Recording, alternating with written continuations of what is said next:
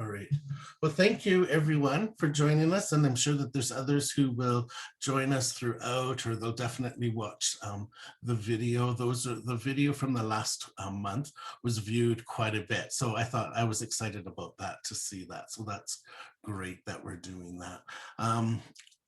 Today we had basically two topics that we were going to discuss, and I just thought if we leave 30 minutes for each, and then Corey will come in for the last 30 minutes and talk to us. So he's the executive director of GIML, and he'll talk to us about the benefits of membership, being a member, and there's lots of things coming up that GIML is promoting and doing for free. So anyways, I'll let him give you that spiel. I don't need to do that. So our first one was applying the principles of MLT with older students or transfer students. Okay, example, using an oral approach to more advanced literature.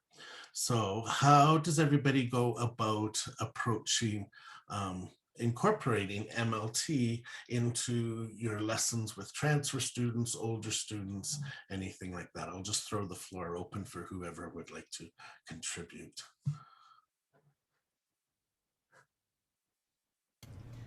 Maybe I'll just get things started with a small example. I was introducing an older advanced student to the Beethoven Pathétique Sonata yesterday, so it's on my mind a little bit about some of the things I would think about when I'm approaching that. And I think the first thing we did was movement, and as much movement as the student is comfortable with. So this student is about 6'2", high school boy, and so I'm gonna always be testing a little bit to see what he's willing to do. But the macrobeat microbeat movement for that opening part of the pathétique, so I think it's pretty rhythmically complex. So that was the first thing we did, establishing a really strong sense of the context of tonality and then the meter. And so those are just like two really, we didn't spend a lot of time with it because we're not really diving into it until next week, but just moving. He found it very fascinating to think about how much space was between the macrobeats if we're feeling a larger pulse, and then what the microbeats are and what the division of that would be, and then just sort of chanting on neutral syllables some of the rhythm patterns that were in there. So maybe we took about 5 minutes to just spend a little time diving into it. Thanks, Jenna. Anybody else? Why don't we break this down then into sections? So Jenna, you had mentioned movement, and I know that that's one thing that we want to be doing with our students. So let's talk about that for a few minutes. How are we going to incorporate movement into, let's say, a 12-year-old's lesson, or even into a 14-year-old or 16-year-old's lesson? I know with Music Moose or piano that some of us use, there's lots of movement activities in just, as we sing and acculturate them to different songs that they will be learning. I know that with some of my students, they find some of those movement activities maybe a little bit on the kiddish side. To try and get a 12-year-old to do some of those activities, I don't think that we will. So even just from that, the movement aspect of it, how do you incorporate that, and what sort of activities do you do with them to help them?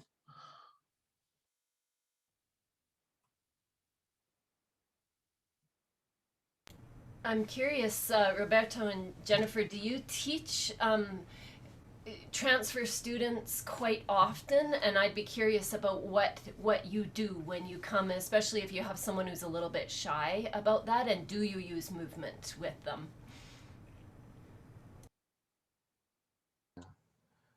Oh, and you want to start? Thinking about Christina. Thinking about Christina. And I was thinking about a very lovely teenage girl, and who is very eager, who really wants to learn music. And I think we start by seeing how the student responds, like you are observing what they can hear, what they can understand, what they can audiate without realizing what they're doing. And then for movement, I think it's usually the challenge of the music, the repertoire that will call for the necessity. Because if they really don't get the rhythm, then it's not just a prescription. Move this way and then it works better. It's I can't get it. And then when the need of trying to do it better comes out because of the repertoire selection, then it's easier to do it together rather than just say do this because your command makes no sense. Yeah, so generally it's for whichever kind of aspect. It can be even harmonic rhythm. They're starting reading complex music, they need note by note. Well, you can show that there are some patterns that are repeated and they simplify the reading of a lot and even the audiation before playing of the music. So especially with people that have developed the brain to abstract thinking, they see the need of something, they want to do it, so they will eventually do this strange activity that sometimes we ask them to. Yeah, it's always a little in this way. And she's actually, yeah, one of the last teenager that she came from transfer as a teenager. Yeah. But generally, yes, it depends also what they want to do. If they want to do theory exams or things like that, so it's so easy to introduce the solfège also. And then the MLT tools are very convenient for this Very entire grid of theory requirements. Yeah, and even for our next topic that will come up, just the Moveable Do system will help them to understand the harmony, the cadences, even the modulation in a completely different way. Yeah. And helps them. And transposition.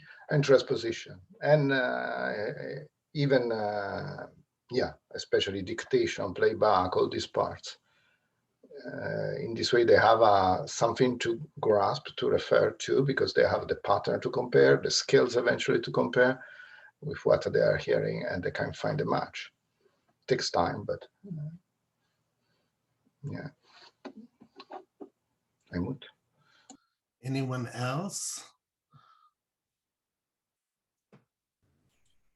It seems like I don't seem to have trouble getting most of them to move on their feet, but it does seem like older students are more comfortable moving while sitting, like doing a hand motion or something like that. Yeah, and I do that with my students.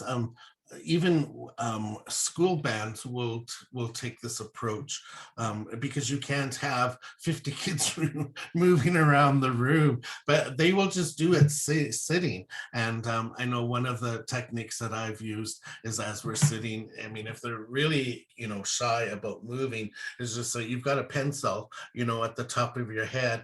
And what I want you to do is just to draw a circle on the ceiling. Pretend you're doing that, and that's starting to open them up a little bit for the flow. And then I will, once they're doing comfortable with that, and I do it with them, then now can you draw a spiral? So as you go around, you're going to get bigger. So that's, and then opening them up a little bit more.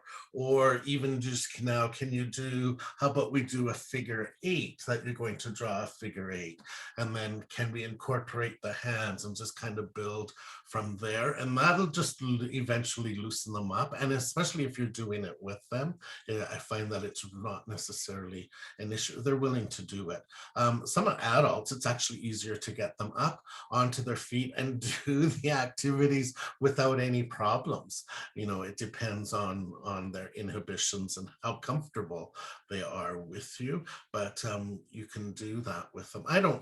With my adults and even some of the older students, I don't necessarily say, I want you to pretend you're walking through mud, which is a bound movement type of thing, or that you're floating in space. But just some of those other freer movement activities, that aren't necessarily connected to specific imagery will help them, I find. Yeah, and Jenna, I think you use the infinity, right? A lot. Yeah. I find it very effective to start maybe smaller, because it is really helpful to get bigger motions. I was thinking about an experience this week because sometimes when you're watching your students, you can tell that they're playing something, but they're just a little bit uncomfortable or unhappy. And I love what Roberto said about when there's a perceived need, when a student realizes that something's going to help them, how much easier and freer their playing becomes, because, and it's, I would say it's almost always a rhythmic issue, that they're playing something maybe pretty correctly, but I can tell that they're not really audiating the rhythm, or something's just a little bit out of sync. And if I can get them to just do a bit of movement, it might even take about 20-30 seconds, they start to recognize, oh, that helped a lot, like I feel better about it. And so then they're motivated to continue the activity. I think if they don't always see an immediate result, that's the harder part, is for you to convince your students, trust me, that if we keep doing this, it will improve. But if they see the movement, or the result of it. I was just rereading something this week. Music Play is a really wonderful resource, and I actually couldn't find mine, so I was having to look at archives. Someone probably has it there, but they were writing about movement. And I thought this was such a good reminder for me. Just a couple points from it. It said, because energy and tension are ever present in each of our bodies, moving with continuous flow, so that would be like using an infinity sign, allows us to positively control our energy and tension. If we are able to positively control energy and tension, first through actual physical movement and then later internalizing that movement, we're less likely to displace our energy as we engage in musical performance. So that means like all those activities we do, like bowing or moving our arms towards a difficult passage on the piano, maybe even fingering, I think, is affected by it. And then you can also accurately have the space within the music, like when you have to pause or coming in. How often do you tell your students that was too early? Like they're coming in a little ahead of the beat. So I really liked that. I just felt like that was a good reminder of the tension that's kind of inherent. And when we sit at the keyboard, I think that happens sometimes because we lock our hips. I definitely do when I'm nervous. So then the rhythm just suffers, the sense of freedom or flow that you have. Thanks. Anybody else want to add in about adding rhythm? Or sorry, adding movement. Yeah, adding movement into the lessons.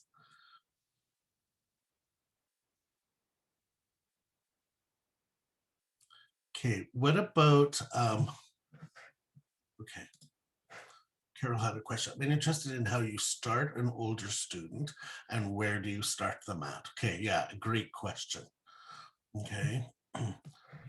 Roberto, do you and Jennifer have specific examples from working with Christina of things that you found effective, that you were able to do even within the first weeks of lessons with her, that you felt worked really well? I have to go back. Okay, I have to think what she was like when we first met. Very logical mind, and a very instinctive reaction to the effects of sound, which would include rhythmic structure and a very vague sense of harmonic structure. So she already had that when we met. So I think when we started first, we probably started with brand new repertoire. So we went first to what she didn't know. And from there, I think we did a tonal syntax first, because the pieces that she was working on had more complex structures, and then sections within the piece would have modulation, and then they will have sequences, and they would have the same melody showing up in different tonalities.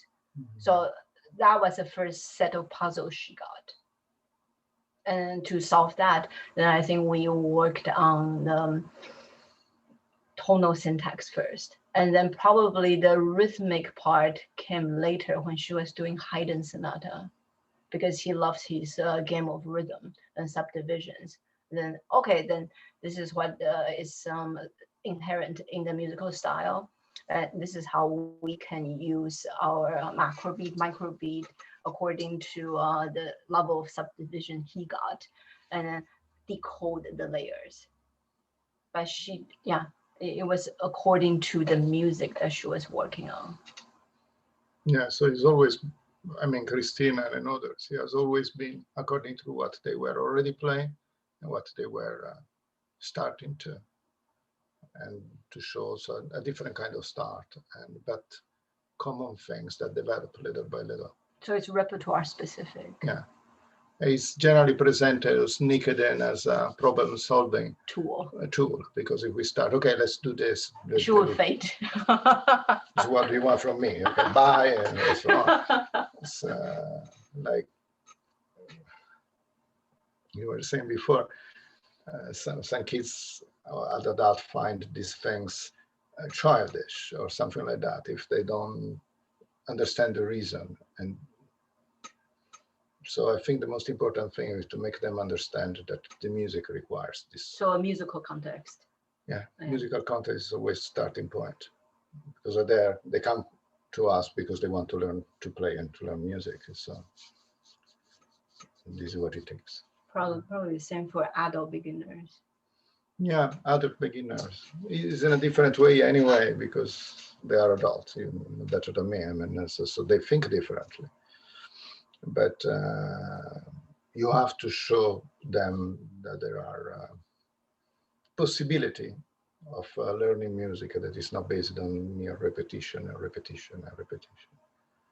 And yeah, we always hope in the good sense of people. But, yeah. So when you were working with her, did you include like what we would consider the learning sequence activities, like tonal patterns and rhythm patterns? Did you work through the sequence with her, or you just kind of worked with her in according to the repertoire that she was working on? I think especially for the first 6 to 10 months, it was according to repertoire. Yeah. So it would have a context that she saw with an immediate effect. Because if I introduce a sequence, and I think at that time she was about to turn 14, then the whole set would be so unfamiliar to her that she wouldn't even know how to do it at home. In the lesson is fine, but it's always the application at home that will need a little more persuasion and time. Yeah. And I think when she started doing theory with you, then the whole sequence started to show up, because it was required in the theory categories. They need to have a very organized way to decode notation, Yeah. and to answer a series of questions. So I think by then it was okay for her to go there.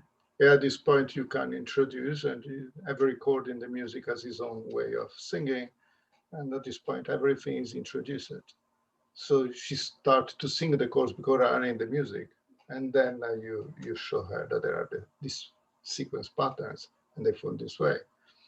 And sometimes it's unorthodox, but you just ask to play cadences in keyboard position or something like that in different tonality, and singing all the chords they are doing is another way of doing patterns anyway.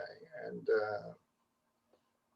they found something to do also to translate to the keyboard that will help anyway with the piece that they are playing, because given the tonality of the piece, they play the cadences on that, they sing the cadences, and the things start to be more connected. And when they spot those same chords, tonal patterns in the music, then there's something else that they can create in their musical impression or audition. They start to look for them.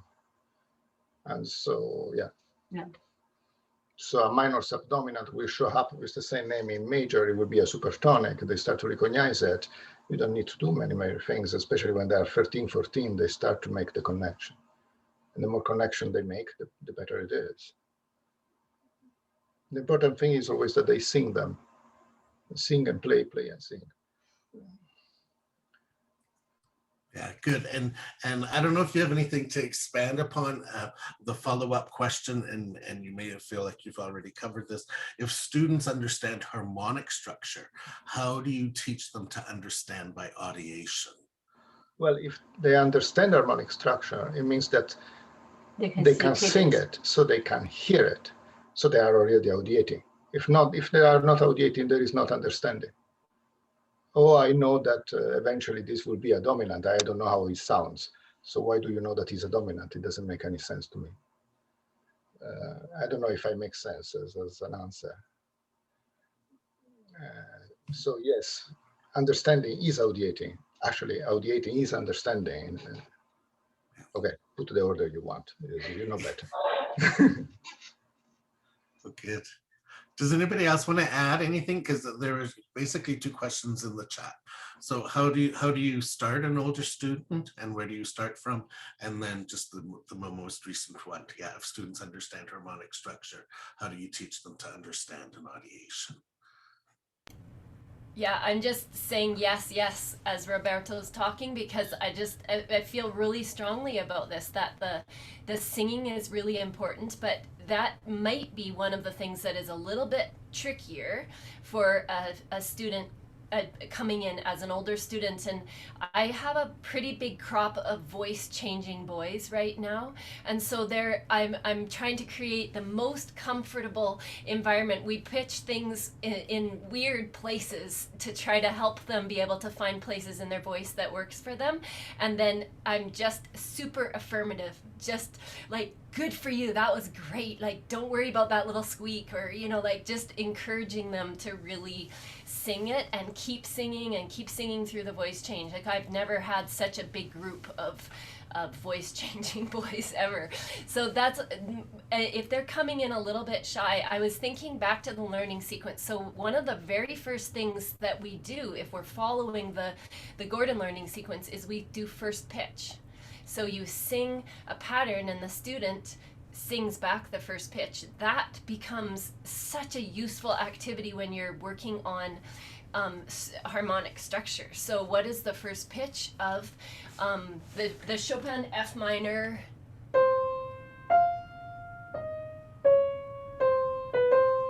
nocturne, right? So what's the first pitch? It's me. So even just understanding like the structure and what is that first pitch, that makes a big difference. Just a little activity that you can incorporate as you're learning phrases, as you're looking at the beginning and endings of pieces, or as the pieces are bigger, you're really able to do a lot with comparing in a sonata form, where, what's the first pitch here? What key are we in? I mean, it's endless. And then we sing resting tone. So then resting tone becomes, I feel like, a really excellent little inlet for a new student who comes in. I can even just have them hum and play the resting tone on the piano. If they're really shy about singing it, I might just have them sort of hum it and try to begin to match the pitch of the resting tone in whatever music they're doing. So finding the context, and then I just probably say 100 times, this is minor tonality, this is major tonality, and I'm singing it all the time, just sort of helping them.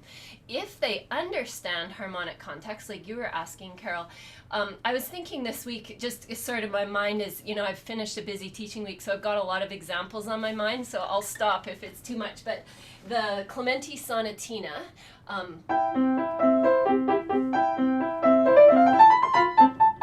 that one that maybe some of you are familiar with, it's just a super way to, if they understand harmonic context, they're doing 2 things all the time before they begin to play. They're doing a root position arpeggio sequence that Marilyn uses in her Music Moves books, that I just love. So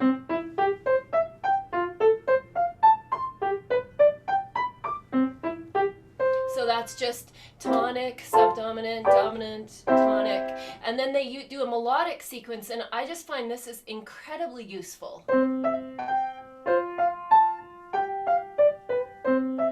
They can improvise with that, they can use it. So if you think about that in the context of the Clementi, they now understand that tonic is do, mi, so, subdominant is do, fa, la, So what's the left-hand pattern for that whole line? Well, it's mi, do, a lot of mi, do, and then we go to fa, do, back to mi, do, right? So they can actually learn that by looking at it easily. But if you just take one little step back and say, now, what are our chords? Is it do, mi, so?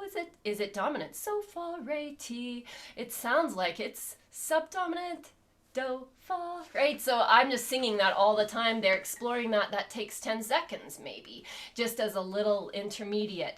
And I find by the time I've done that, and I won't get into it, but the top part is full of, what does it start on? Do, mi, or so? It starts on so. And what's our pattern? Do, mi, so.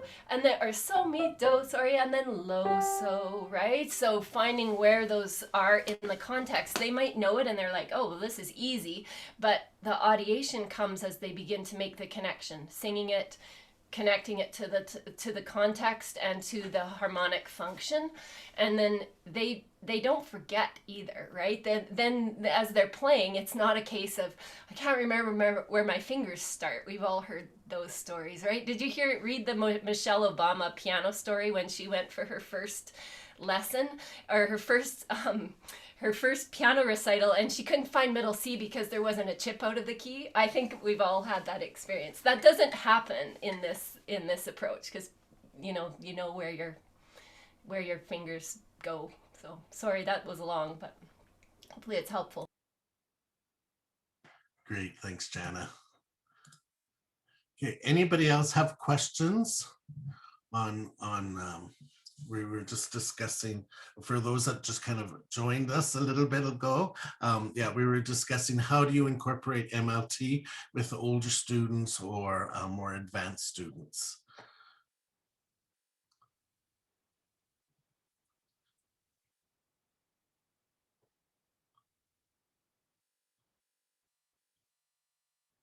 Even singing, how do you incorporate singing, or what do you get them to sing? Yeah. I mean, Roberto mentioned it about the importance of singing, and then Jana had mentioned it as well. So what aspects do you get students to sing? Your transfer students, older students, more advanced students?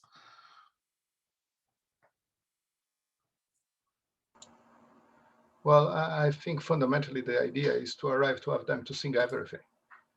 From, like Jana was saying, that this the pattern are very useful to learn music in a different way, and singing is very useful to learn the piece in a different way, in different. Of course, if they are transfer student and they are older and they are not used to sing, they even have to find their voice. So to force them to sing is pretty pointless. So we just sing everything for them, and they will eventually join little by little, because they sing, and you ask them, and sometimes even for expression, you move and you sing and you show how you speak, so which kind of nuance you give. So many ways that you can do that, but they understand that pronouncing and singing a musical phrase is the only way to really get it, to audiate it, to give it all the sense you can possibly imagine into it, is to develop the inner ear and imagination of the music. It's, after all the music starts from singing, so speaking, and from dancing. So these are the two things that we have to do, as Jana was saying, movement and singing. We cannot avoid that, because it's not an intellectual activity, if not in later point. I just really love how you're talking about modeling too. And so this is one of the things we've talked about, is learning to be comfortable yourself with movement, and find the movements that you feel you can do, and gradually build your repertoire of movements. And also, I think, I mean, I sang a lot, but I didn't sing solos. And so starting to sing sort of by myself in front of people was a big step. So even just, practicing that and getting comfortable with that.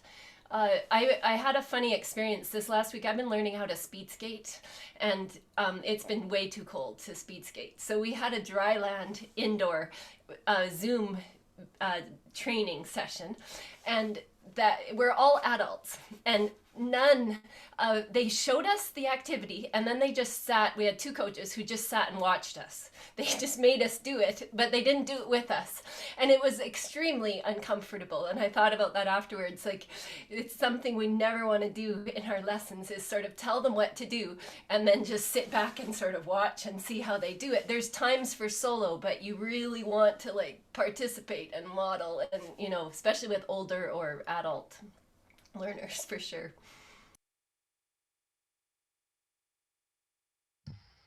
I have a question, Greg, if I could just interject for a second. It's kind of related. I have a student who's about 8 or 9. He just came to me this year, and I've been doing some of the movement and singing with he and his little sister between their lessons. They have a little bit of a buddy time. So we had finished it, and he said he's probably had about 3 or 4 years of lessons. And he says, why are we doing this anyway? I just want to play. And I was like, well, it's better. It will help you in the long run, but I thought later, how do you answer kids? That questioning age when they hit 9 and they're like, what is the point? Just give me my book. I want to play, how would you guys respond to that? Anybody like to answer? Or no, let me rephrase that. Who would like to go first?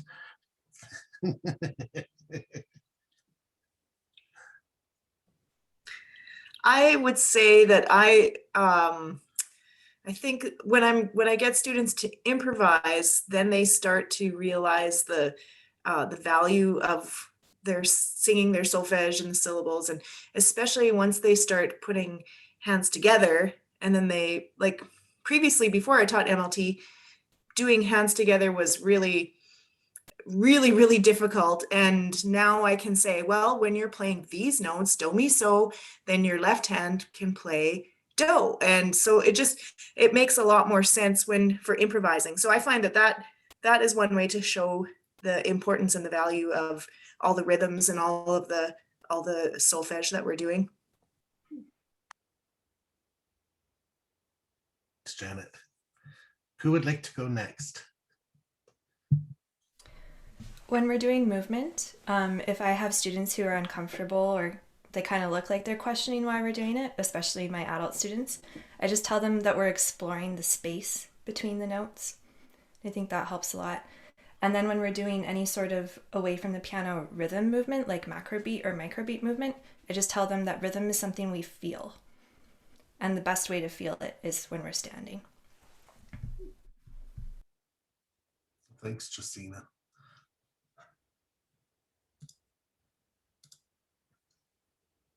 Anyone else would like to answer? Go ahead. Sometimes my students question why we chant the rhythm patterns, or why we say them, or that activity, and I often have asked them, is there ever a song that you've heard that you really wanted to play but you couldn't figure out what it was? And so I said, this is some of the tools that you're going to use, because this will allow you to play so many more things that you want to play or that you hear. And I also restructure my lessons sometimes. I used to try to have a very sort of strict activity time at the beginning, because that's often how you model it with younger early childhood classes. But I have students that they're so eager to play that they're just it's like their fingers are magneted to the piano and they're just going there. They just want to play so badly.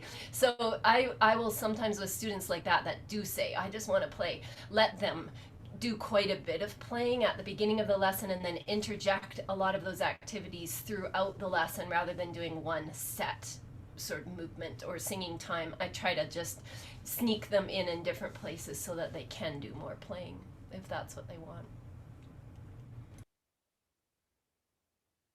Thanks. Anyone else before we move on?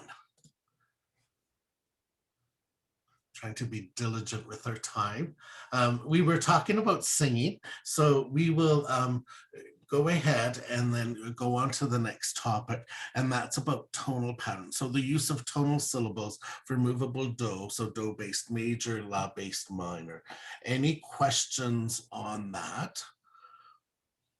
Or approaches that you may have? Anybody want to just make general comments about it?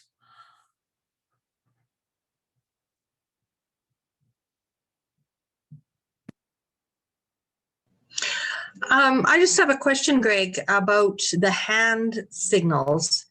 And I learned solfege through MYC, and we use, we learned the hand symbols. I find myself doing that instinctively more. It's for my own benefit more than anything else.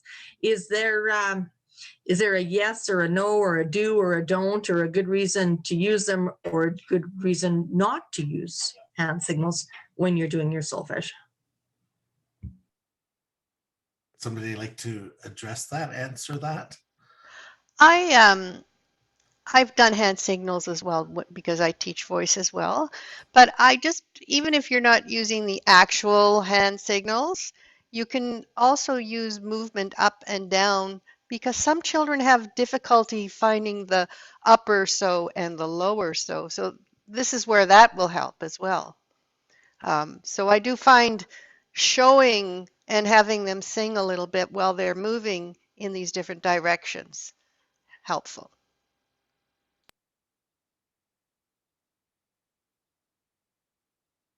Yeah, it seems like that would lend itself to just that multidisciplinary approach. I mean, they're hearing it and then they're seeing something as well, which to me would lend itself. And I think that's why MYC does it, because there's a whole learning style thing there. And how do you take information in? If you can hear it and see it, that's better than just hearing it, for example.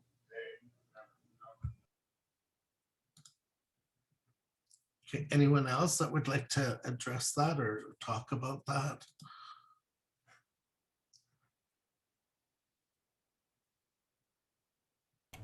I think you should speak to it, Greg, because you've done a little bit of research on it. But I was going to say that one of the most, it's kind of also as the difference between teaching students and figuring out what they need, and also developing our own musicianship skills. And I do find that if we're talking about developing our own musicianship skills, it's really valuable to sing a lot of patterns to yourself, like learn the vocabulary. And Suzanne, you were just talking about low-so. I've had a lot of success this year having them sing the pattern do, mi, so, mi, do, so, do, and just finding where that low-so is. So that's just, I found that so useful. So many things start on low-so, right, or low-mi, but it just really practicing singing lots of patterns. The patterns are just the building block for the music, and when you start to do that, I do think you,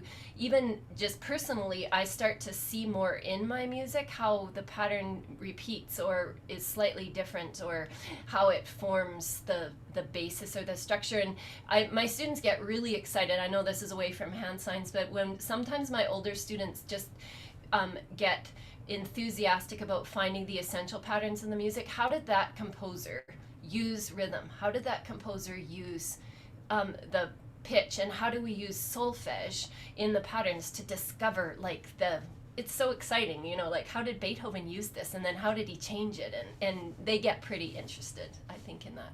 Anyway, I'll turn it back to you, Greg. Thanks, Jana. Anyone else? Jana, you mentioned finding the essential or the essential patterns in a piece. What do you mean by that? So essential patterns are avoiding, these would be essential tonal patterns rather than melodic patterns. So melodic patterns might be a phrase or a structure that we're looking at that does repeat. So in a sonatina, for example, the theme comes back again or is used in the development a certain way. But in that little sonatina I was talking about, the essential patterns might be that we hear, I might decide that this is one pattern. So I'm looking for that pattern as forming harmonic structure. So the essential patterns are the patterns that give us clues to what's happening harmonically, what the function of the chord is. And if you think about it in the little folk songs that we use in Music Moves provide really short and basic examples of that. So Old Woman. So we're not trying to find out all the rhythm and all of the repeated notes. We're just trying to figure out what are the patterns that we use. Well, it's so, mi, do, right? And where do we do that? And they're going to audiate that. So we have 2 times we do that, but we'll call that one pattern. So that's the first essential pattern. The second essential pattern is, so it's re, fa. And where does that happen? There it is. And then you could do mi, re, do at the end if you want to consider that a pattern. And then once you get into more complicated music, obviously your options just expand out. But that's what we mean by essential patterns. It's easier rhythmically often to find. I find tonal is much more, it's more challenging often for them. Does that answer that? So it's kind of finding the harmonic patterns rather than and leaving out all the passing notes and all that kind of stuff. Yeah, and you can use melodic patterns for sure as well, but I find the first step to doing that really helps to it's kind of like the skeleton of the music. I use that a lot with my students. This is like the bones. This is the thing that everything else hangs on, and then we can decorate it, right? But we're trying to like break it down and find what's the essential structure of the music. And then that's what you would have them sing as and improvise with. Yeah, so in the musette, and sorry, this is just on my mind because I'm doing this presentation next week on it, but so what's our pattern? So we've got kind of a, and then we've got re, so, and then mi, do. So I'm going to listen for those, and then they often create with that. So I had them really creating just with, I could play you a video, or I'll send you a little video of her doing that. Just a little improvisation using those patterns, again, 10 seconds, 20 seconds, just a little creative moment, and then sometimes they like to do more of it. But so singing them, audiating them, playing them, creating with them. That's what I do with what we would call essential patterns, tonal patterns.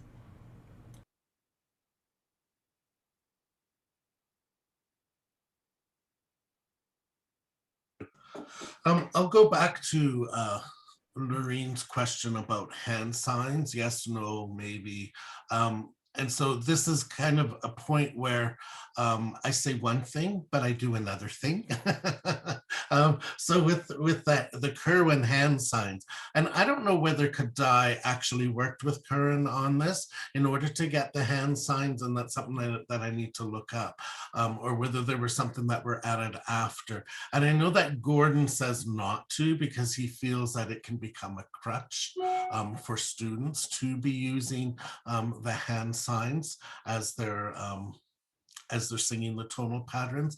And so I say that and I go by that, but you know what? When we're singing chord roots, I will go with my students 1, 5, 1, and we will use our hands, you know, that this is our tonic, this is our dominant, this is our subdominant.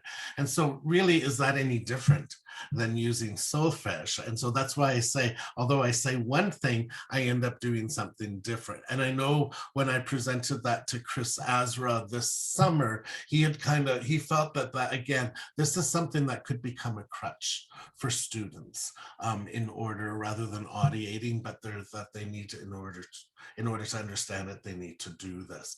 So I do that with my students. So I thought that's something that I need to be aware of and to wean them off from doing that. And so my suggestion would be, if you're using the current hand signs, and then start to, you know, at some point we want to kind of wean ourselves off. That's just my take on it. I don't know if anybody else has anything else they want to add to that. I think that maybe yeah, because I've thought about this a little bit too. Because I started off using those hand signs when I was very young, so they kind of stuck with me a little bit for a while, in connection with it. But using the tonic, subdominant, and those.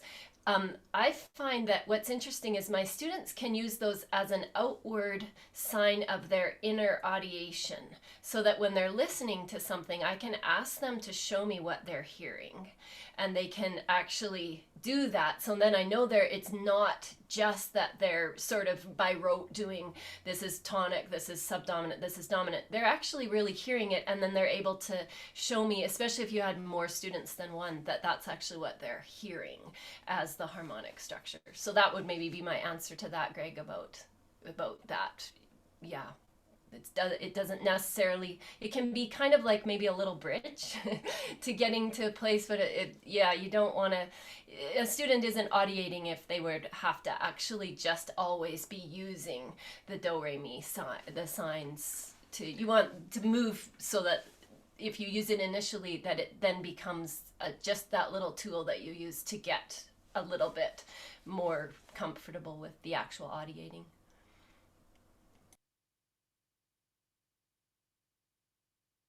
I know with being male, I can't multitask.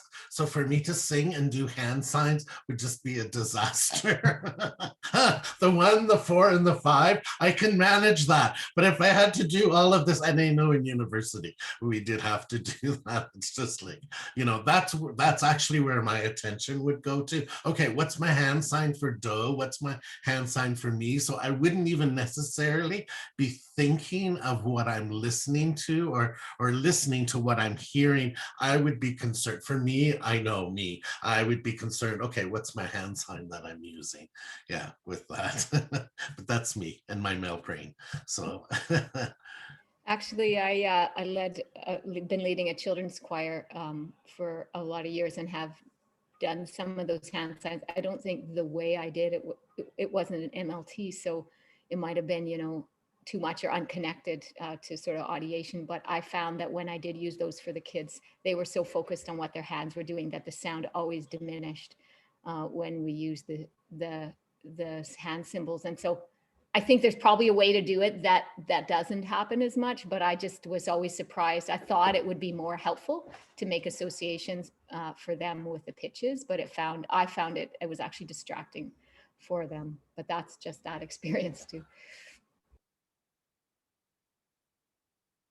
One other just quick little thought, because I think, Janet, you and I have talked about this, that when you have maybe grown up audiating, we sang a lot as a child. This was what I was saying, is that I know I was audiating because we sang parts even when we were almost preschoolers in our family. We sang every day. It was just part of our family tradition.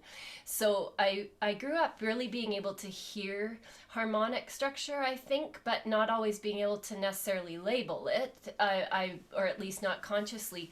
So then when I went to university and had to do solfege singing, and it was a movable do, la based minor approach, I was finding that I was singing the pitch and hunting for the syllable often. And I think, Janet, you've mentioned that happened to you too. So others of you may have that experience. So I actually do have to kind of work hard at making sure when I'm teaching that I'm using the correct syllables, because that is helping my students audiate. But again, the solfege for me is often a tool maybe in just extra connection to the context, but I rarely think about patterns once they're in my audiation. I'm not necessarily using those syllables anymore. So it's just that's my personal experience, and I've had to work quite hard at making sure that I'm comfortable with, especially in the minor solfege. You're hearing it and then you're trying to get the syllables afterwards. So that's an interesting little thing that I struggle with. Thanks, Jana. Rochelle, you had another question. Do you want to just unmute and ask it? Sure. Yeah, it's a bit of a tangent from this one, but it's on tonal patterns too. I'm just curious as far as assigning patterns to listen to and work with at home. If some of you could comment on what you do with that. Like I've been doing I guess the question is, as you move through different tonal patterns and you move into different ones, how much review do you assign? How much do you assign them to listen to? What is the suggestion that you give students to do at home? Okay, who would like to answer that first?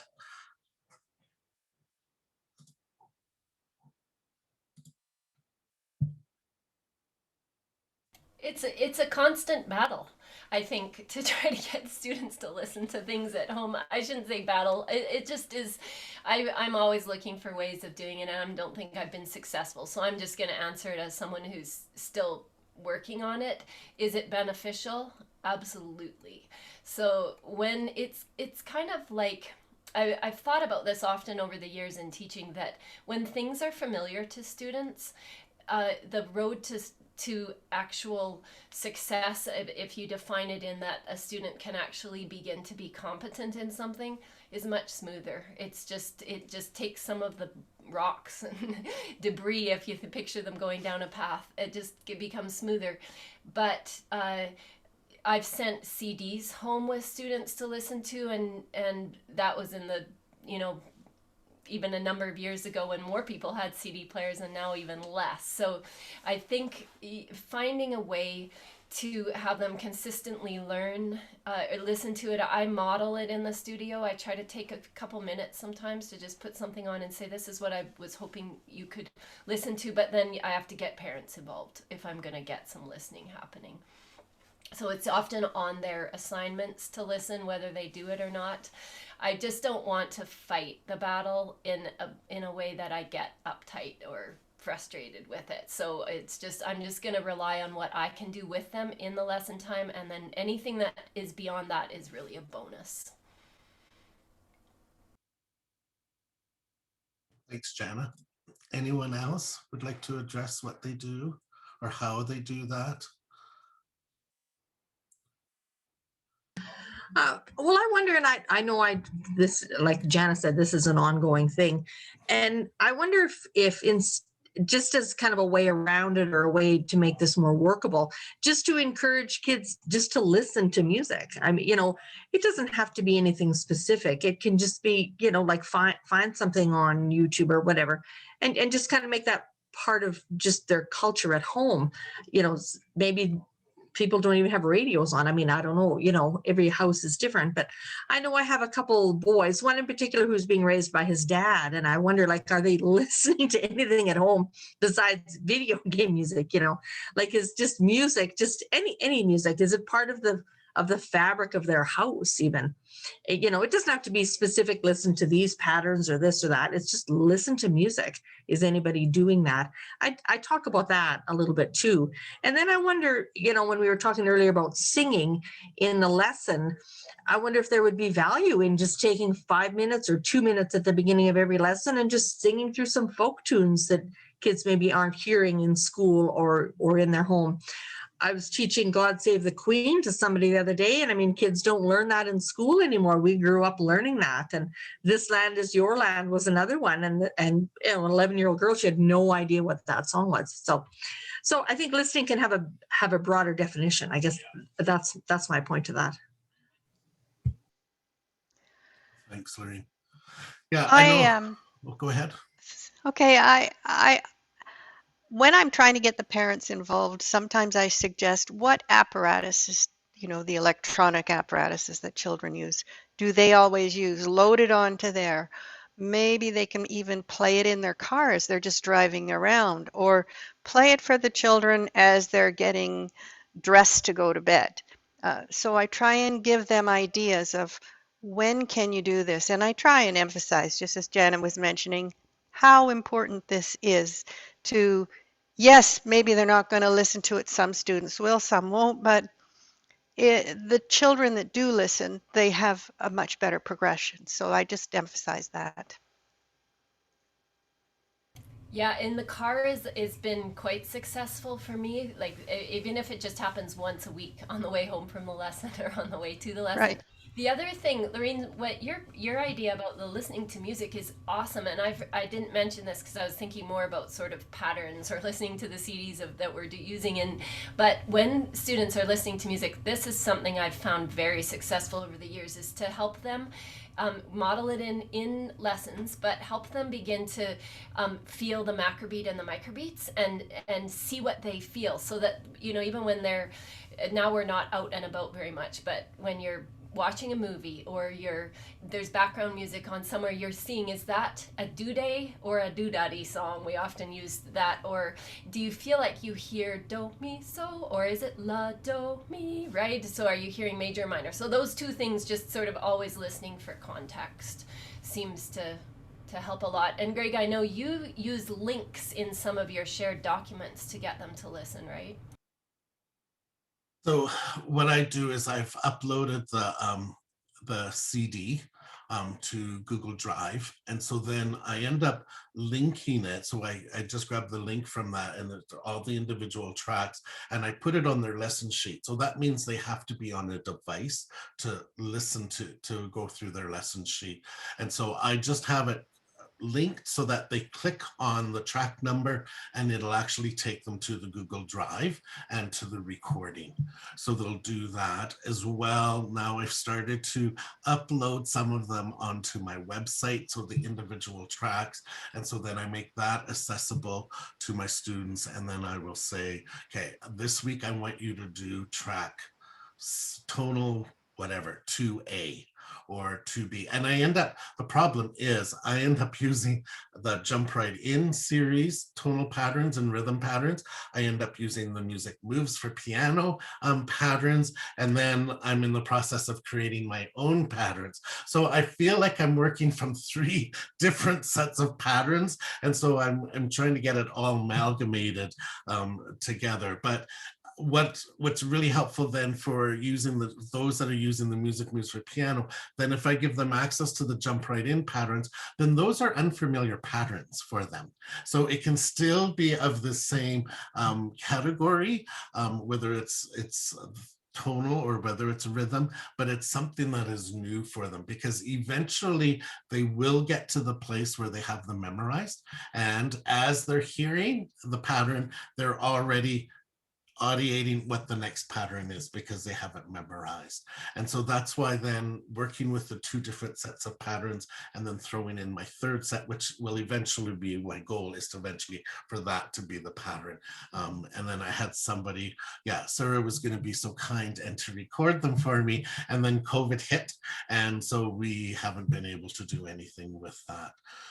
And the Jump Right In for rhythm patterns, the Jump Right In, they have an app that I like to use for rhythm patterns. And so then that's another way that we can do the rhythm patterns. So I do, sorry, that's a really long answer of, I do link it to their lesson sheet, and then they click on it and then they hear it. Now with my Music Moves for piano students, they all buy the CD, whether they listen to it or not, but they have the CD, and then I'm just providing them the link for it so that I'm not breaking copyright, because then that's the other issue. Yeah. If I could just add, I found really good. I use My Music Staff as a website invoicing system and so on. But they have online. So if anybody has this and you haven't discovered their online resource library, you can upload all of your files to that. And then now they just introduced a thing where you can email those files to the parents. So in the email that they get from me each week, there's these attached files. And so I just feel like it's just one step closer to, you have no excuse to listen to these. So it's helpful if you have that resource. But Greg, using Google Drive or anything where there's just a direct link and they can just click right on. Because I know as a parent, when I had 4 kids at home doing music lessons, to keep track of everything, and now they've got, a lot of them have kids at home doing school, that's a lot for them to manage. And so the easier it can be, the better. I've been putting it, oh, sorry, go ahead. Oh, Oh, yeah, I've been putting it on Google Docs as well since the pandemic. And I found that, especially for parents with like more than 2, 3 kids, I just put them all in the same document. And then if you like highlight them, then it's easy for them to tap on it for the date. So then it's easy for them to find. I've also tried to put it on my website before, and then they have to go and look for it because the keyboard games ones are free, right? So I put them on, but that I don't know when, like I don't know if they'll actually go and see it because it's not linked to their homework too. So yeah, I've been finding the Google Docs really helpful. And then for songs that are not in Music Moves, I do sometimes for my adult students, I do record my own patterns and then just put it in their Google Docs. And the adults have been finding that it's really useful, and they said it's so easy to listen to because they could just tap it on their phone. Good, thanks. I asked Roberto if he would be willing to share what they do. Yeah. Yes. Well, Greg knows them because we fundamentally made a record of all, not all yet, still some work to do, by video with a concorder of all the patterns and tunes we want them to learn. And we downloaded in a platform, digital platform of, is actually Chinese, but is international, that guests us and where we teach. So fundamentally what they look at is a video of pattern, rhythm pattern and things like that. So they can also, we found them more efficient than a CD because they see anyway the teacher moving. So tendentially they try to move themselves, especially the small ones. And singing, well, it's easy because I don't know, Jennifer sings the pattern, I out of the field, sing it back, and they sing with somebody else. So at the beginning is always a little easier for them to listen. The only problem eventually is the parents, that if they are very small, they don't always understand the importance of it. They don't always then open the device and the connection for them. But that, well, we have to educate the parents too. That's generally more difficult than educate the kids. So yeah, this we did. We found the video format to be way more beneficial. And then patterns are always introduced in the lesson for every single piece they play. So they will learn to play pattern, what Jana was saying, showing the fundamental pattern in the music. We also do all the time, and we ask them to improvise in that tonality and so on in this particular pattern. On the piano with the voice, sing first, then play and sing, so eventually the pitch is corrected. They have the way of mapping on the keyboard, and so the things develop since they start. Well, nothing else. But yeah, we sing also, as we say, because yes, they memorize those, and every lesson then when they already know, we always improvise new ones, and they have to do the same. And also we have to take care that they don't always improvise the same pattern for us, because they generally invent 2 or 3 and they're very satisfied with that. We say, well, actually you did that already. So we do the rules, okay, you have to do different from me. So if you do mi sol, I will repeat his, and he has to do different, so it goes away, and so on. I mean, it's endless because each one has his own trick not to do it. So it's very good. That's all. Yeah, and I mean, that's one of the disadvantages of doing it with recordings, is that the breath and everything else, it becomes a little bit stymied that way. Yeah, and so with the video, yeah, which is really great, because then you have a little bit more control with your students of when they take the breath, yeah, as they go through with that. Oh, great. Well, thank you, everybody, for the discussion. I'd like to welcome Corey Mays. He's the Executive Director of the Gordon Institute of Music Learning. And so I invited him. I know that we had talked about possibly at one point down the road, perhaps becoming a chapter of GIML, but even more, probably more precedent is to become a member of GIML and all that they have to offer. And so I've asked Corey if he would like to come and speak with us today just about membership, individual membership with the GIML, and then as well what it would involve in becoming an international chapter of GIML. And that is something that we can decide later on down the road. And we probably will, if we start pursuing that, we'll probably invite you back to give us the more detail with that. So without further ado, I'd just like to turn it over to Corey. Thanks so much, Greg. I appreciate that. Hi, everybody. Nice to see you all in this wonderful format that we're all so accustomed to these days. I think this is number 3 in a row for me today. So my name is Corey Mays. As Greg said, I'm the executive director of GIML. Some background about me. I've been here almost 4 years now. I was a secondary choral and instrumental teacher for about 8 years, way long ago. And I actually have a day job on top of this. I work in city government here in my town. So I work in city government along with this job. So I kind of wear a bunch of different hats, but I'm thrilled to be here, thrilled to get to talk to you a little bit. And I'm looking at the screen and see how many people you have on the call, which is incredible. That's great. I'm located right in Michigan, so underneath of you, but not that far away. So membership in GIML is a great thing. I mean, I could spend hours talking about why it's wonderful. And I know many of you on the call would probably be able to say a lot of similar things that I would. But from where GIML is right now, it's actually a really great time. We are in the middle of the strategic planning process. Actually, we just kind of finished it. We've wrapped it up, and we're moving into the implementation phase of that. And for GIML, that's a big deal.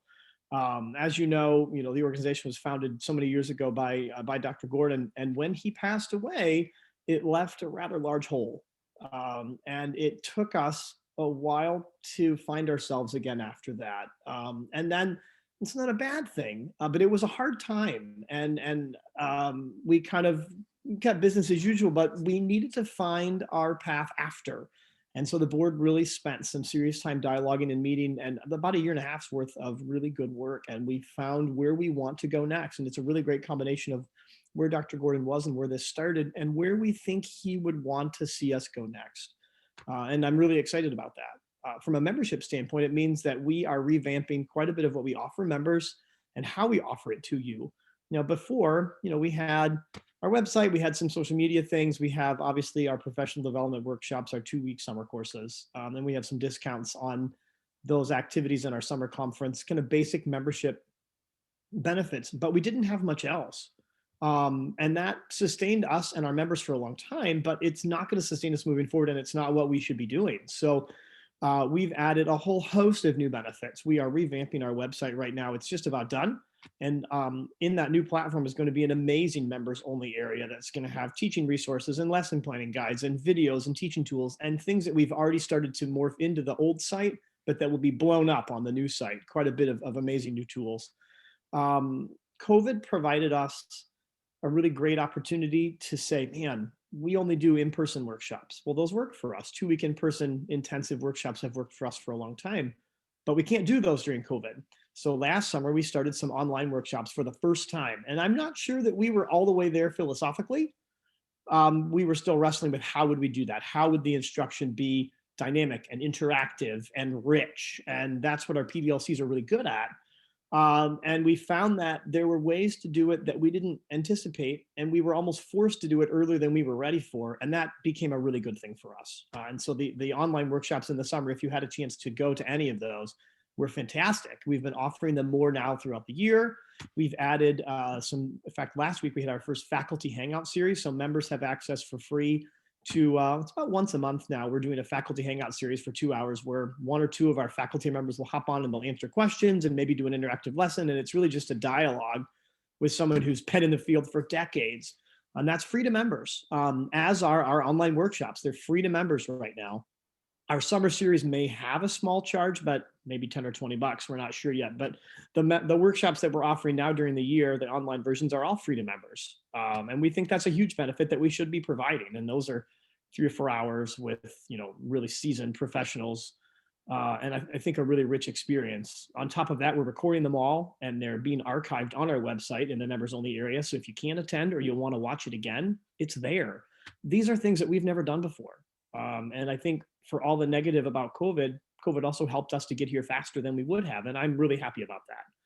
So, again, from a member benefit standpoint, just the cache of online workshops that we're offering and that we're archiving is probably the most substantial thing that we're doing that's new. On top of that, obviously we have robust social media platforms. We've got a members only area on Facebook that has lots of great conversation. We've also revamped our publications. If you're familiar with the publications that we had in the past, we had a research journal called Audia, which we still have, but it's going to come out more frequently, all digital format, which it was, but with more research to practice and some more tools that will be helpful in more of an immediate sense. Still a very strong research bent, of course, because we are a research-based organization. We started that way and we want to continue doing that. We're also starting a new quarterly bulletin, an e-bulletin over email only. And that's going to have, again, lots of practical resources, highlighting members, highlighting some different activities and things that are going on. Again, really teacher-focused, classroom-focused, and immediate use. So that, the first one of those rolled out maybe 2 weeks ago now, maybe last week. So just some new things that we're offering in the publication side of things. Of course, we've always offered lots of emails and information and links to things that we think are valuable, and teaching tools will continue to do that. We've always offered discounts on our summer conference registration. We will always continue to do that. Something that, again, COVID is pushing us along. Our summer conference, as you know, is held every 2 years. It's been held in the Chicago suburbs for the last 3 conferences now. But this year, for the first time, we'll be offering a hybrid attendance option. So we'll have in-person and also virtual, and you can choose which one you want. You can tag team and do both. It's going to be really flexible. We're investing quite a bit of resources and people power into technology to make it go and make it go smoothly, so there's no bumps. It's a whole new world for us. I mean, online workshops for a couple hours were one thing. An online conference for 4 days is a completely another thing. And we're not ready to have it yet. Thank goodness we have until July, because we're going to need every second of it. But it's going to be incredible. And I think about our conference attendance. We normally have between 125 and 175 people attend. Great number. But we look at anyone who maybe lives in the southern part of the United States, for instance. Well, their teaching schedule doesn't allow them to come on our schedule because they're already getting back in their classrooms. We look at anybody who lives outside of the United States, makes it really hard for them to come because the travel costs are substantial. An online attendance option, we think, is key to kind of saying to the rest of the world, hey, some of you have been members for a long time. Thanks for sticking with us. Some of you have not been members. Okay, we get that. But we're here and we call ourselves an international organization. Now we actually are going to look like one. And we've had a hard time, recognizing, I think, we've got a lot of interest internationally and some strong membership core internationally, but we haven't done a good job servicing them. So we're trying to change that. And I think this is a really positive step too. So again, from a member benefit standpoint, these are pretty substantial things that we're adding, and we're adding them all at once, which is super fun. And we're all getting lots of sleep and not working at all. No, it's really exciting. And we're not raising dues at all. There's no dues increase to fund these kind of projects. We don't work that way. Definitely that's not how this goes. So recognizing this is what we need to provide members, not just because you've asked for it, and not just because it's the right thing to do, but because it's the right way to grow our organization. It's the right way to grow the resources and grow the knowledge base and bring in new faces. Gimel is an organization that I think sometimes feels exclusive, and it's not an exclusive club. Everybody's welcome, but there are some of our practices and some of our policies and some of our ways of doing things, and think maybe excluded some people from the fold, and we are really trying hard to change that. And the time is now, and it's really exciting for us. So if you are a member, hang on tight. There's a lot coming. If you're not yet a member, I would encourage you to check it out. Our new website, in fact, is set to launch probably in the next couple of weeks. We're working on a couple tweaks right now, even, but it's a really exciting time. We're just setting the calendar for our summer online workshop schedule. Our conference registration, both in-person and online registration options, will be up probably late February, early March. Same with our PDLC online registration. That is in progress and should be up even sooner. And then, of course, our faculty hangouts and those other sorts of things are rolling out as we have them. So there's a lot going on for us, a lot of really great stuff. And I'm thrilled to be part of it. That's a lot of talking. How about some questions? Corey, I was wondering, I have, I guess, 3 questions. How much is membership was one. PDLCs, can you go further into explaining what Yes. those are and when they are? And then even, because I know that there's a lot, a lot coming up in just the next 2-3 months as far as workshops and the Q&As and different things like that. If you wouldn't mind, or if you're able to, if you have quick access to it, just to highlight what some of those are so that teachers know some of the things that are coming in the immediate future. I can do that. Thank you. That last one's going to take me a second to pull it together, but yeah, there's a lot.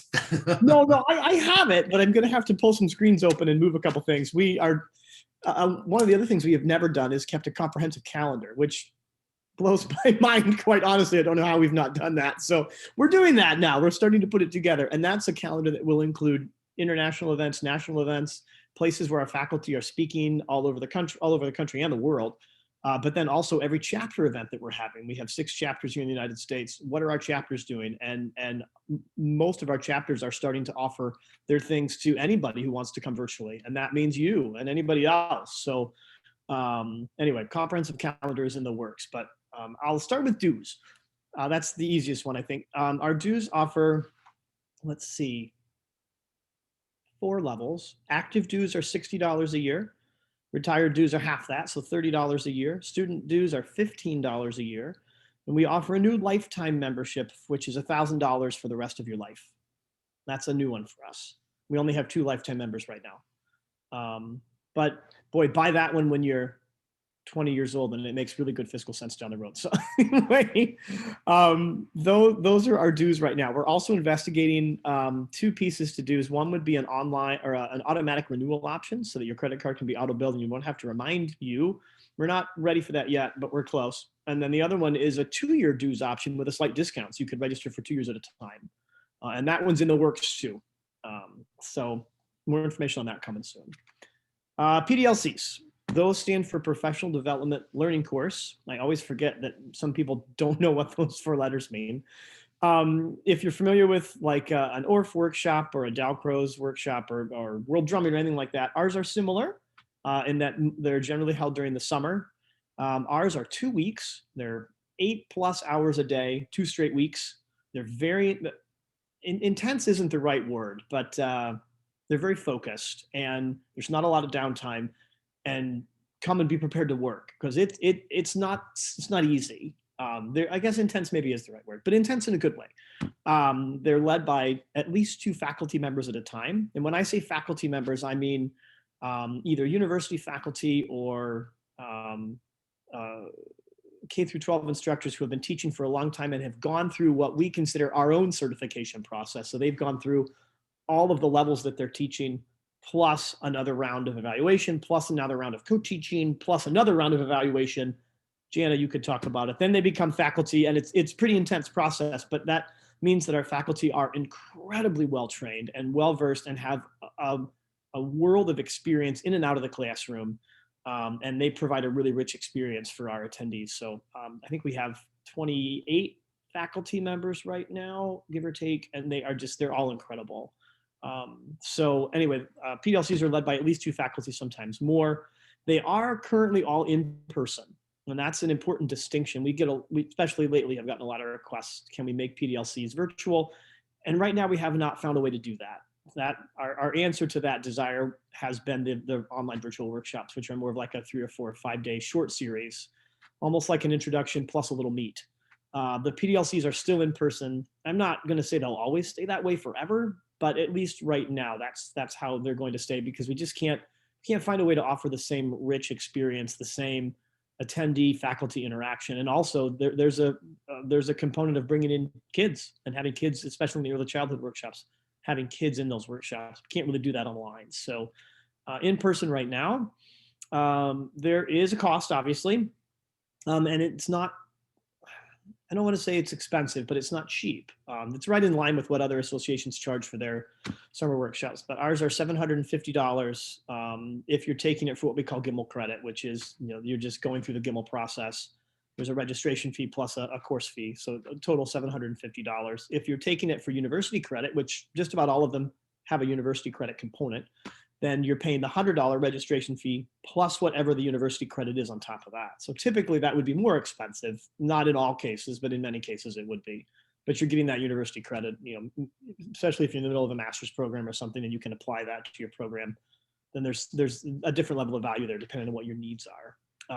Again, all online registration.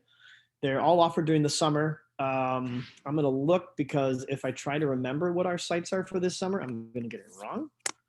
So I'm going to pull them up right now and keep talking to you while I find them. This year we're offering 3 sites right now. One of them is in East Lansing, Michigan. That's in Michigan State. That's early childhood level 1.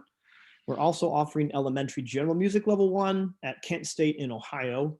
And then we're also offering both elementary general level 1 and instrumental level 1 at State University of New York in Buffalo. That's atypical for us. Typically, we would have 5 or 6 sites running at a time, not 3. But COVID changes all that. We typically have a site at Temple. We have often had a site in Texas or over on the East Coast, some other place. We're just not able to do that right now. The universities aren't quite ready for that, and so we recognize we have to play in that same box and take a pause, which is hard for us to only offer 3 sites. You heard me say level 1. Each of our PDLCs has 2 levels. There's level 1 and then there's level 2. You have to take them in order. And we try to space them out so that, if there was an early childhood level 1, say this summer, then next summer we're going to really try hard to have an early childhood level 2, or same with elementary general music. That doesn't always happen, but we try to build that progression so that people can take them all if they want to. So we have early childhood level 1 and 2, elementary general level 1 and 2, instrumental music level 1 and 2, but we don't often offer instrumental 2, only because the attendance numbers in instrumental 1 are generally quite a bit lower than the other ones. And then piano, we offer level 1, and we just finished creating level 2 for the first time. Gianna, I don't remember if you were part of that group that worked on level. I think you were. I was, yeah. You were. That was a while ago, and then we were ready to have one last summer and didn't. So hopefully we get back to offering the first piano level 2, which will be really exciting. So again, 2 levels. They work in progression. When you're ready to take level 1, you don't have to have prior knowledge at all, though it helps if you do. It's not required. When you are going to take level 2, obviously you have to have taken level 1, and there's also a video requirement where if you're going to register for level 2, you have to submit a video of yourself doing some teaching, and we're going to look at that and evaluate that and make sure that you're kind of ready professionally for that level 2. They are phenomenal workshops. I mean, I really can't say enough. The people that take them, leave with this amazing knowledge base, an amazingly deeper knowledge base on top of what they started with, and some really great camaraderie with the people that run the course and strong connections with the faculty. I think they're worth every penny tenfold, to be honest with you. We've heard nothing but amazing things coming out of PDLCs. And so we've continued to offer them and tweak them and have our faculty look hard at the curriculum and make sure that we're offering, not only what fits with Dr. Gordon's research and the current research, but what also what fits with the needs of our attendees and what our faculty have identified as what, what we want and what we need to see. So they're really incredible. I can't speak more highly about them. All right, calendar. Oh, yikes. So now I got to now it's the pull together part. Shoot. All right. So I mentioned online workshops and I mentioned our faculty series. And so I'm going to see if I can pull up. Oh, come on. There it is. Every time I see I can do it, then it's not where it needs to be. Let's see if I can find it.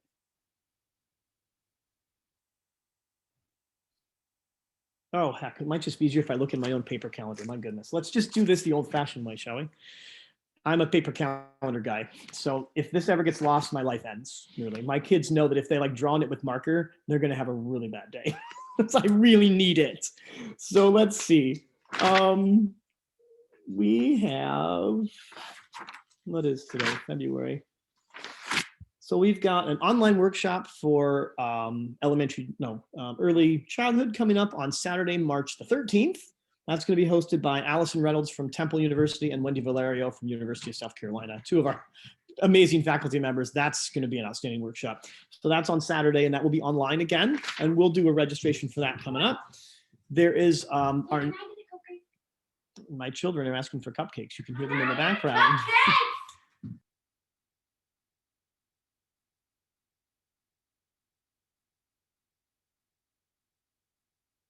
Oh, sorry. Did you know that? Anybody else have kids at home during COVID? I do, and I love that. I can't find any. I have 30 people on screen. Go get a cupcake and go. So I have a day job, and I'm also homeschooling kids twice a week. So COVID's a great time, and I love it. So our next faculty hangout is on Sunday, the 21st of March, and that's a piano hangout. That's going to be really exciting. So that one's coming up late March. Then we've got another faculty hangout on April 11th, and that's going to be with Holly Haynes. I think that's an elementary general hangout, if I'm not mistaken.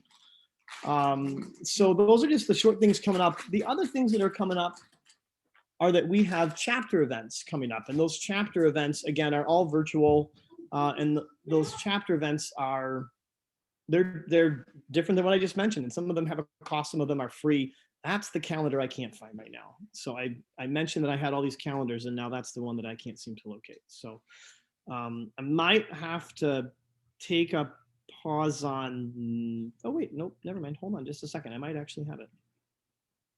I do. All right, I'm feeling a little bit better now. All right, so we've got March 20th, we've got a New York Gimmel and Michigan Gimmel combined online workshop with Dr. Alice Hamill. If you're familiar with Alice, she's phenomenal. So she'll be presenting with online New York and Michigan combined on March the 20th. That same day, March 21st, we've got a piano hangout. We have another Mid-Atlantic Gimmel online workshop with Heather Kirby. Heather Kirby is a teacher out on the East Coast. If you're familiar with Heather's work, she's a faculty member and she's also a Gimmel board member. So those are the kind of the next two chapter events that are coming up. We also have, and I don't know why this one's buried on the calendar, again, the need for common calendar. We have an event with Dr. Beth Bolton. Dr. Bolton teaches at Temple University, and Dr. Bolton will be doing an online event for New England Gimmel on the 27th of February. So right at the end of this month, about a week from now. So if you're following along, that was a lot of information. You'll see emails about all these, and they'll all be all over our social media feeds too. But we've got quite a few online events happening. I'm sorry that was a bit of a scattered presentation of them all. But hopefully that answers your question on those. Great, thank you. And then just in a couple of minutes, what are the benefits of being an international chapter? Well, I'll be honest, you would be our first. And so this is new territory for all of us. The benefits that you would receive would be the exact same ones that I talked about for members, but from a chapter standpoint, when you're a chapter, you receive a portion of dues. Every time someone pays to be a member of your chapter, you receive a portion of those dues as a chapter. So, as your chapter got up and running, we would help you start a bank account and get things ready to go. Chapters operate under our tax status, so you don't have to file your own taxes, but you operate under ours. So we need to see financial reports on a regular basis. But that means that every quarter you get a check from us, and you can take those dollars and use them to host your own events and to do your own outreach and fund your own chapter. And it's a decent portion too. I think, let's see, active membership is $60, and for every active member, chapters receive $20. So I think the chapter payout is a third right now that we give back to you. So it's not insignificant. Certainly the chapter formation status is lengthy. I know I've shared that document, I think, with some of y'all that talks about what it takes to be a chapter and what that process looks like. And it's not a 6-month process. It's not a 6-year process, but it does take a year or two to get ready to go. And we kind of check membership numbers and get you hooked into another one of the established chapters who kind of mentors you through the process. And we take a strong hand in helping and getting you on your way. But there's a lot to it, but I think the benefits of when you get there are pretty substantial. Great. Good, thank you. Does anyone have questions at all before we let Corey go? I know he's busy, and we really appreciate you fitting us in. Oh my gosh, today no. amongst everything. I am Yeah. happy to. I'm never too busy for anything like this. These are always super fun for me, so I'll always make time. Don't worry about that. Thanks. Does anyone have questions? Yeah, I have a Dreama? question. Hi, Corey. I'm Dreama. Hey. Hi.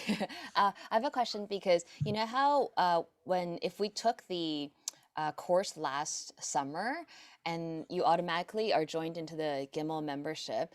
So I'm just wondering, is there like for the Gimel membership, is there a certain time that people always renew each year? And how does that work if you are automatically joined in the summer? Do you have to renew again later and things like that?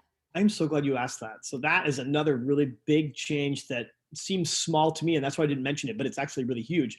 Typically, our membership has expired on July 1st. It's been that way since we started 30, 40 years ago. It's always been expires on July 1st. So, if you picked up a membership when you took an online course last summer, then come July 1 of this coming summer, you'd have to renew again. What's new for us is that we are now offering rolling membership. So whenever you renew, you get 12 months from that date. And that's brand new for us. We often had a lot of people who would join in August, September, October. We even have people join in December and January. Come July, they would say, well, what? I've only been a member for 6 months. I have to pay again? And our answer was always yes. And we finally realized that's a bad answer. So we went to a rolling membership model, which is more work for us internally, but is the right thing to do. So moving forward, you get 12 months no matter when you sign up. So if you picked up a membership in an online course last summer, then, we've got your renew dates in our system and we'll alert you when that's coming up. So whenever that is, then it's kind of something new for us. Okay, I'm glad you asked. Thank you. Thank you. Any other questions for me? Oh man, I can keep talking. That's too bad. Yeah. Well, I'm super excited to have been invited. Thank you, Greg, and thank you everybody for being here and being committed and giving me some time just to ramble on about all the cool things that we've got going on. I really appreciate it. Yeah, oh, we appreciate your time, Corey. Yeah, and I'm sure we'll have more questions that we'll probably address and ask you as they come up. I know that one person had just kind of direct messaged me privately. How do they get information about these workshops and different things like that? I know for you, like if there's the Gimel Facebook page. So if you're a Gimel member, you can actually join that. For us, because I know a lot of us may not be included on some of those Facebook pages, but if you're a member of the MLT Canada Facebook, I can quickly post those. I was going to, but I didn't want to take away from Corey's presentation today. So I thought I'll wait until after Corey is here and then I'll possibly post those. So if you aren't a member of the Canada MLT Facebook group, that would be probably the best place to get it, because the emails that I send out are basically just for the coffee chats, yeah, that we do. Or you can become a member of a lot of the Gimel Facebook pages, and that's maybe something that I can do and possibly send out with my next email when I attach the link to this recording, and then that way, if you're interested in joining some of those, you can. Yeah, and I don't know if you have any other suggestions, Corey, to help them to know when and what. Become a member, of course. Actually, to be honest, I would like to get anybody on our email list that's not on there. We have massive email lists of members and non-members, and we send out any workshop information goes out to everybody regardless of your membership status. So, Greg, if you want to collect some email addresses and send them to me, or Sure. if y'all want to email me, my email address is executive@gimel.org. Executive like you think @giml.org. You can email me anytime and I will put you right on that list, and then you're going to get weekly emails or an email every other week that says here's a workshop, here's what all of it. You'll get just about everything, just not all the publications and stuff. So I'm happy to put you on that mailing list, and then you'll get everything right when I send it out. Yeah, and I'll make sure to share Corey's email address with you in the email that I send out this weekend. Yeah, the follow-up email. Yeah, good. Great. Thank you. Thank Great. you, everybody. Really appreciate it. Yes, thank you very much, Corey. You're Yeah, welcome. greatly appreciate it. And thanks everyone. I know that I try to keep this, you know, with our time restrictions as much as I can, because I know that everybody is busy. And so I know that our next time that we meet will be March 19th. Just for those that are in Saskatchewan, because the time will have changed by then. So we will be meeting at 9:30 Saskatchewan time rather than 10:30. So the rest of you, I think you can just stay with the time that you're at. And I think it's just Saskatchewan that has to make that adjustment, if I remember correctly. But I'll send that out in the email as well. So thank you. Any other questions before we go quickly? But thank you for your, thank you for Yeah. your time. Yeah, thank you everybody, and feel free. I've been a Gimel member, I think, almost 13 years, so feel free to ask questions too about whether you feel like it'd be worth it. What Corey didn't mention is that there is definitely a Canadian dollar cost on top of that, so it's always something to sort of factor in. But I second that the PDLCs that I attended have really changed my life. Really amazing experiences, but certainly an investment. So I have to think about that all the time when I think about the cost of it, because it's quite a lot. It is a steep cost, but it was worth it for sure. Good. Well, thank you, everyone. Stay safe and enjoy the rest of winter. We'll be close to spring the next time that we meet. Yeah, and hopefully the vaccinations are rolling out by that time. Yeah, for all of us. So it was great seeing you and spending the morning with you. And then for those that can make it, I'll see you on March 19th. Okay, bye-bye.